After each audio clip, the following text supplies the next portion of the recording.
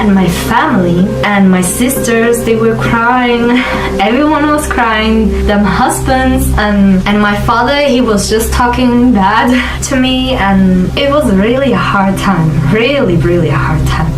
I tried to explain the maximum that I could in that time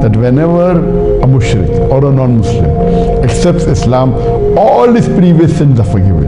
All his good work is there, all his previous sins are forgiven.